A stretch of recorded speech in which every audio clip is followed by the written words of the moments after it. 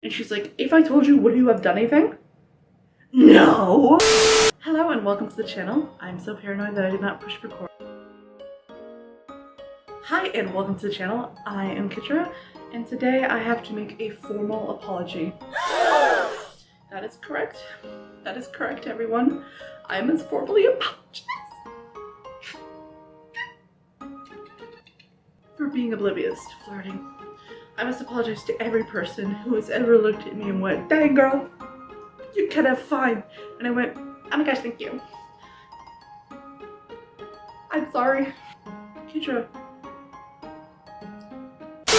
You're editing this into a smooth segue for the story, right? Oh yeah? Well, watch this. But for many years, I had told my sister, I'm like, nobody ever asked me out, nobody's really talked to me that way or anything like that. And she's like, girl, I have some news for you. And I'm like, okay, spill the tea, tell me. And she's like, you have in fact had dudes flirt with you and you have constantly friend-zoned them. You slapped me across the face. You can't say that. What do you mean I friend-zone people? It's just be straight up with them and be polite, you know, not to lead someone on. Looking at you. You know who you are, girl or guy. Leading someone on? Really? For your own emotional validation? Shame. Big shame. My sister would constantly tell me, she'd be like, yeah, people walked up to you like all the time. Like they started trying to talk to you, they tried to get to know you, stuff like that. Like there's a guy in the French class who like would try to walk up to me and talk to me and all that. And I constantly had my headphones on and I waved him off. Maybe. I was like, oh, I'm not sure. Until she had the audacity to tell me this fun little ditty. In middle school, I had been going to this church for like a couple years at this point. And I would say it's only like my home church because the pastor was good, because I've been one of those people that like church jumps, like hops and all that, because I've never actually found like a church home. I just found a church that I stayed with. And so let me tell you how surprised Kitra was when my sister told me that the pastor's son had a thing for me. I know, me too. She told me years after the fact. How did she know that the pastor's son liked you? Great question, my dear. Wonderful question. Exuberant question, one could say, if I knew what that word meant. And so I asked her, I'm like, I don't know. I don't want you to try to make me feel better about this. She's like, no. His sister came up to my sister, it's a whole thing, I know, and said, if you don't tell your sister that my brother, the pastor's son, likes her, I'm going to get like really upset. He talks about her all the time. Me? I'm the girl that went over to where all the guys were playing video games and I played just Smash and like got decimated because I've never played that game before. I'm the girl that played Just Dance by herself. Not those girls that were like, had their hair and makeup done nice, because I didn't. I look like a rat and I mean that in the most loving way. And he liked that. At that point when I was talking to my sister, I'm like, girl, why didn't you tell me? And she's like, if I told you, would you have done anything? No! Someone straight out said it to me, to Kitra, and said, hey girl, I like you. And even then, it was like, two of the times was like these two guys who I had never talked to before, and I assumed it was a prank, because they're like, hey, my friend really likes you. Oh yeah, sure he does. And this other guy's like, hey, I think you're really cute, can I get your number? I'm like, okay, I don't give out my number to people I haven't met. So like, those are the times in my life where something did happen, and nothing came of it. So you're like, Kitra. You're telling me that this whole video is called Oblivious and Flirting, and you knew when someone was flirting with you? No, wrong. I did not. My sister, yet again, my saving grace at this point, told me, guy that I kind of liked. Like, you know, one of those things where like, a little hallway crush. I haven't talked to him enough, but he was definitely cute and definitely on my radar, and I may or may not have talked about him before to my friends. You know, one of those things. He walks up, he's like, you look, Kitra, you look beautiful. And in that second, I kind of realized that he was kind of like flirting with me, one of those things. I realized like there was like nothing there. So I very politely went, thank you, his name. I really appreciate it. And we talked for like a little bit before he decided to like walk away. And at that point, I was like, okay, I don't really see anything happening with this in the future. He's really nice. It was just one of those things. Now we're gonna take that and we're gonna go to the end of the year. Whenever I asked him to sign my yearbook, because I'm asking everyone, he hands me back his signature and it has his Instagram handle. Cut to a couple years later, I talked to my dad. Isn't this really weird that he put his Instagram in there?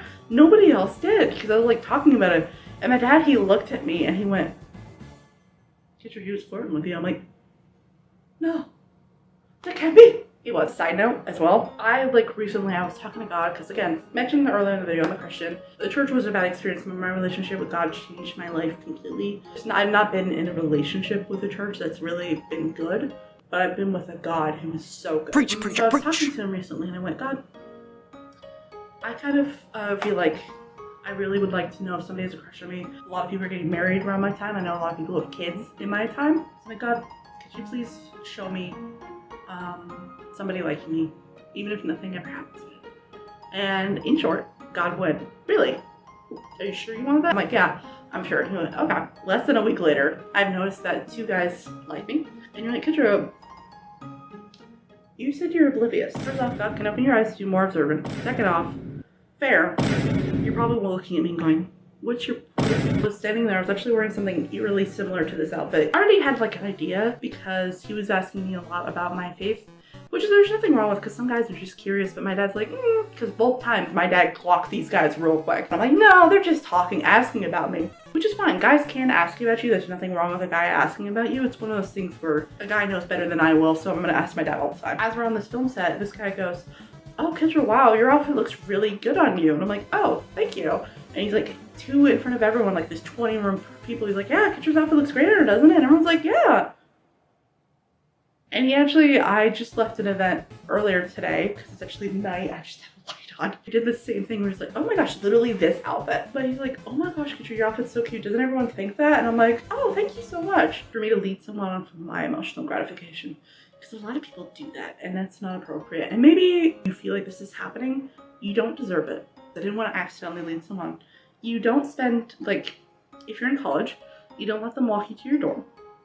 And you don't spend so much alone time, one-on-one time with them. I don't mean you can never be alone with him or her. You can never be around them. No, that's not what I mean at all. For example, if you're sitting one-on-one with a guy in a diner and you guys are talking for 3 hours, that may give the wrong impression. Something that was really wise that my dad gave advice to my sister gave to me, a whole full circle, is that if it's not something you would do with someone and you're married, then maybe that's a way that you're leading them on. You know, if you're holding hands with them and you wouldn't do that if you were married to someone else, or maybe you're sitting on a call with them and you guys don't really talk, but you guys are on a call with each other for a couple of hours. Would your spouse appreciate you doing that with a friend? Food for thought, food for thought. I'm not trying to call you out here. I'm trying to be for real with you, because I feel like a lot of people need someone to be for real with them, and maybe they're not willing to listen to people in their life. Understandable. And by the way, after that realized for that first guy, because it's the first time I realized it, my brain sort of came obsessed with it. And if you're in that spot, you're like, oh my gosh, this guy likes me. I don't like him, but I don't want to lead him on, that whole thing. Girl, that is so normal. And it's just your brain, it's just you getting used to the idea. You just have to let it go and give it to God. It's easier said than done, because that's what I needed to hear and that's what I need to do. Thank you so much for being here. My name's Kendra. Bye-bye. Stupid crazy. Yeah. Yeah.